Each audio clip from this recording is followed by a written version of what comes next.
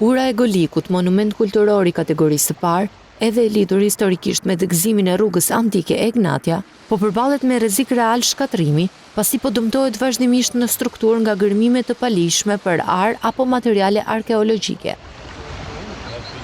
Dëmtime të tilla janë konstatuar edhe së fundmi, por autorët mbeten të pa identifikuar, pasi gërmimet e të ashtu quajturave gjuetar të arit dhe arkitekturave bëhen gjatë natës. Pasojat janë të dukshme, zgavra në themele, çarje në trupin e urës dhe shembje të pjesshme të materialit lidhës, dëmtime që përbëjnë rrezik serioz. Po floj që të hujojnë, mente, po natën, po ditën ku si les, po rrezikua normale, duket vetë, nuk do me. Kemi parë të gërmuara, thëmë, me dorën e njeriut, po njeri nuk dim se kush i ka gërmuar, thëmë. Kanë gërmuar, thëmë. Ca e prishë dorën e njeriut, ca, si që thashe, prishën edhe shiret.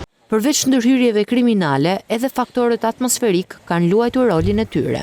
Mbi 300 vite ekspozim ndaj rreshjeve, ngritësave dhe erozionit kanë përshpejtuar degradimin e urës, duke e bërë emergjente ndërhyrjen e institucioneve përgjegjëse. Në këto kushte, banorët dhe drejtuesit vendor kërkojnë ndërhyrje të menjëhershme nga Ministria e Turizmit dhe Kulturës, përmes një projekti serioz restaurimi dhe rehabilitimi. Dhe po mos vuri dorë institucione shtetërore, kjo dorëzohet. Problemi nuk është i izoluar, ashtu si ura e Golikut, edhe varet monumentale të Selcës vetëm pak kilometra më tutje, një tjetër sit arkeologjik me rëndësi të jashtëzakonshme, ka rënë disa herë prej dëmtimeve të ngjashme. Siguria dhe masat parandaluese janë thuajse zero.